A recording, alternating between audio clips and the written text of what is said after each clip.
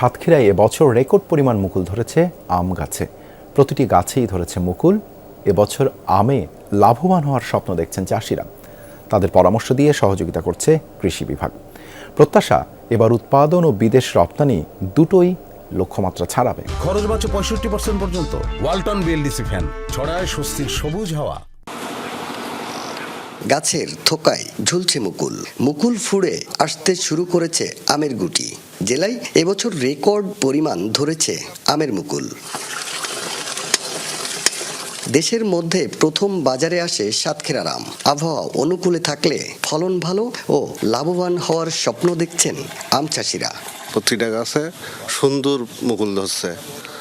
তো এইভাবে যদি হয় তা আমরা আশা করতেছি খুব ভালো ফলন পাবো। আশা করছি আমরা যে মুকুল যেহেতু ভালো, অন্য বছরের তুলনায় লাভবান আমরা ভালোভাবে একটা পাবো। শেষ সময়ের পরিচর্যায় ব্যস্ত চাষিরা। পরামর্শ দিয়ে চাষিদের সহায়তা করছেন কৃষি কর্মকর্তারা। এবার ফসলও খুব ভালো হবে, যদি ঝড় বৃষ্টি না হয় তাহলে লাভবান হওয়া যাবে। পোকার একটু আপনার পরাগায়ন বেশি হচ্ছে, আর আপনার বোল যাতে নষ্ট না হয়, ফুল যাতে নষ্ট না হয়, এই জন্য আপনার স্প্রে করতেছি যাতে আমের ফলনটা ভালো হয়। আমের মুকুল যখন ছোট থাকবে, ফুল ফুটবে না, তখন কৃষক স্প্রে করবে, এবং যখন এই ফুল ফুটে যাবে তখন যেন কৃষক স্প্রে না করে। এই রকম বিভিন্ন ধরনের পরামর্শ দিয়ে সবসময় আমরা কৃষকের পাশে আছি।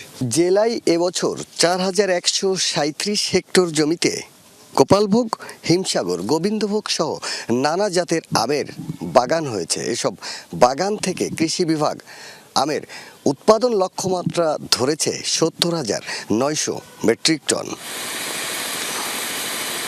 গেল বছর এই জেলা থেকে বিদেশে রপ্তানি হয়েছিল 72 মেট্রিক টন আম।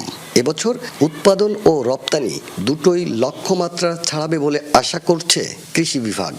যে অবস্থা আমরা মনে করছি এবার 100 মেট্রিক টনের উপরে আমরা আম রপ্তানি করতে সক্ষম হব।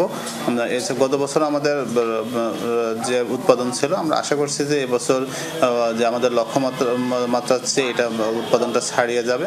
জেলায় আম বাগানের সংখ্যা 5,000, চাষি ও ব্যবসায়ী 50,000-এর বেশি। আকরামুল ইসলাম, যমুনা নিউজ, সাতক্ষীরা।